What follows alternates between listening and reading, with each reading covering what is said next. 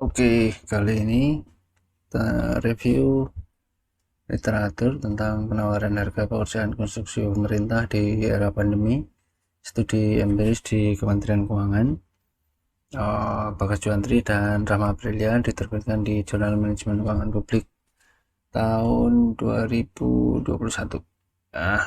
Tahun 2021. Volume ke-5. Di sini tujuan dari penulisan ini adalah menguji apakah terdapat perbedaan persentase penawaran harga dari pemenang tender pekerjaan konstruksi pada periode sebelum dan selama pandemi. Jadi fokusnya adalah persentase penawaran harga pemenang. Jadi ya, yang menang nanti kira-kira berapa persen dari pagu. Apakah ada perbedaan antara sebelum dan sudah pandemi persentase tersebut? Pertanyaannya di situ. Hal tersebut didasari dari teori adaptive governance bahwa perubahan kondisi lingkungan akan mengakibatkan perubahan tindakan. Dalam hal ini adalah calon penyedia pada suatu tender. Datanya yang digunakan adalah data sekunder dari hasil tender pekerjaan konstruksi periode April 2019 sampai Maret 2021. Kemudian dilakukan uji statistik dengan pengujian non-parametrik independent sample t-test. Sebelum ke kesimpulan dan hasil, kita lihat di sini secara umum latar belakangnya adalah kondisi pandemi. Kondisi pandemi ini mengakibatkan penurunan aktivitas ekonomi, sehingga kalau perusahaan mau bertahan dia harus berubah.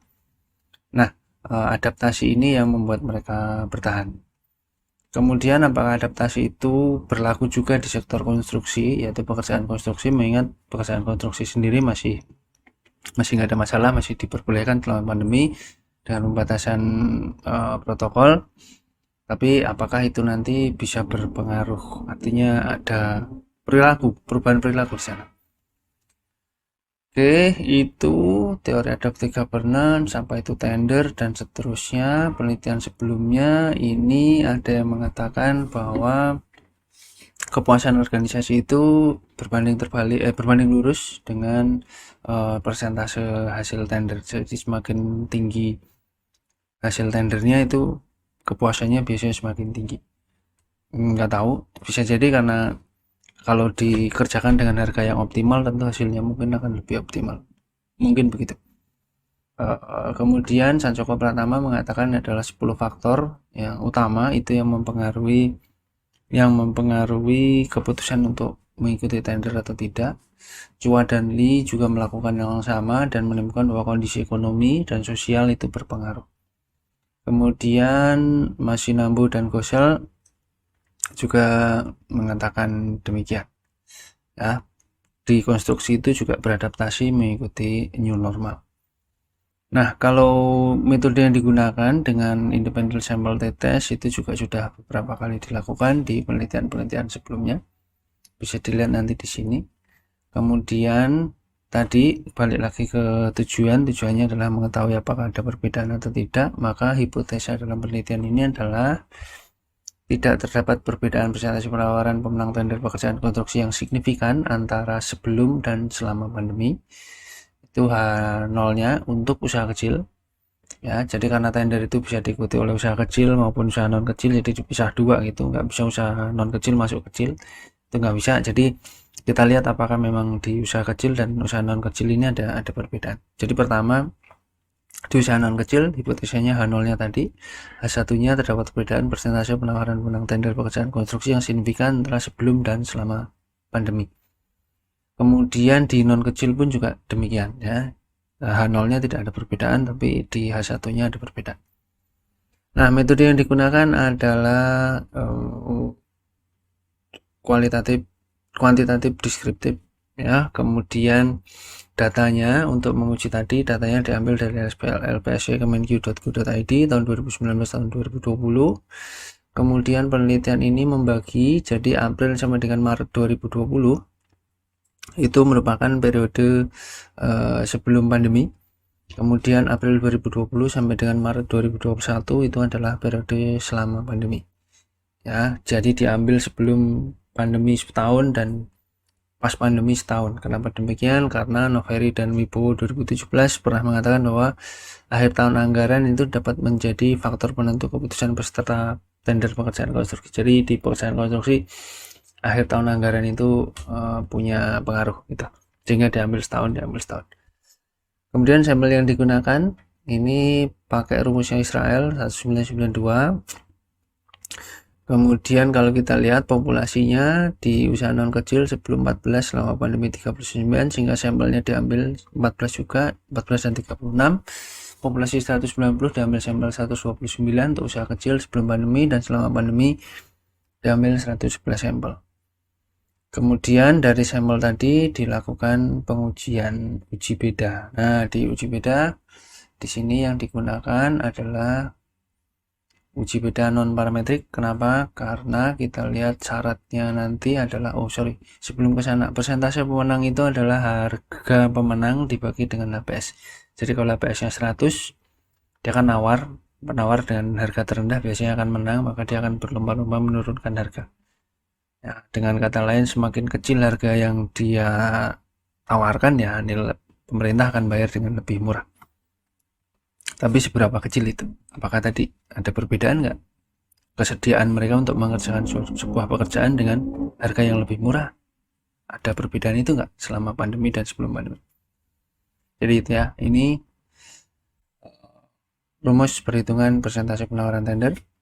Kemudian hasil dan pembahasannya.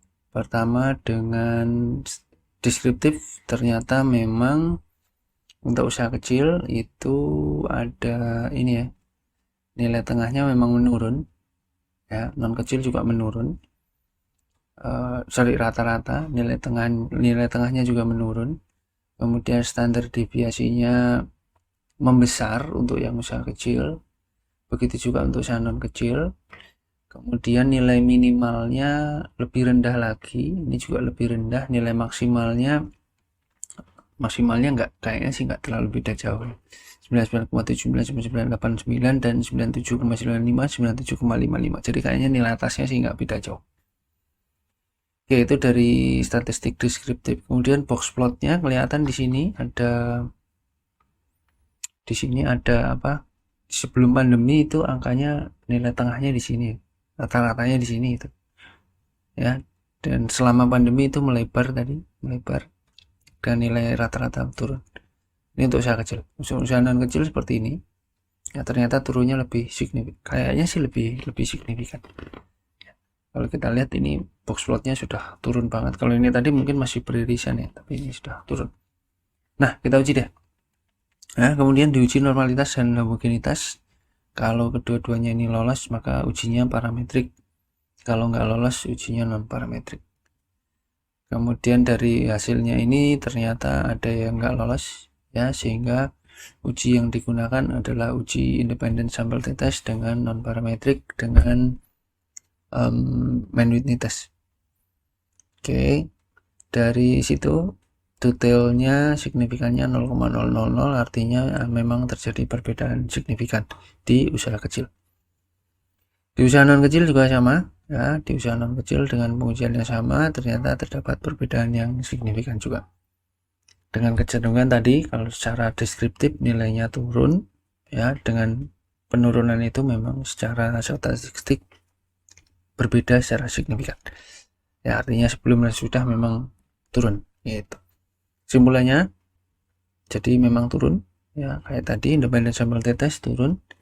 Dampaknya adalah hati-hati kepada para PPK karena selama pandemi ya cenderung ditawar dengan murah, pekerjaan konstruksinya akan ditawar dengan murah. Kemudian dampaknya lagi karena aturannya kalau harganya terlalu rendah dia akan dilakukan evaluasi kewajaran. Jadi ada kemungkinan lelang di waktu pandemi itu agak molor karena memang ada prosedur evaluasi kewajaran harga. Ya, di sisi yang lain bagus sebenarnya pemerintah selama pandemi ini bisa dapat harga konstruksi yang lebih murah dibandingkan dengan sebelum pandemi. Ya, cuman hati-hati aja. Tadi plus satu lagi, kalau tidak diantisipasi maka tender 100 ditawar 70 gitu, 30-nya untuk buat apa? Kita harus diantisipasi lebih dini. Ya, kalau menurut penelitian ini, data di Kementerian Keuangan selama pandemi dan sebelum pandemi kondisinya demikian. Ya, siapa tahu bisa jadi perhatian. Terima kasih, nanti bisa dirujuk di penelitian-penelitian berikutnya.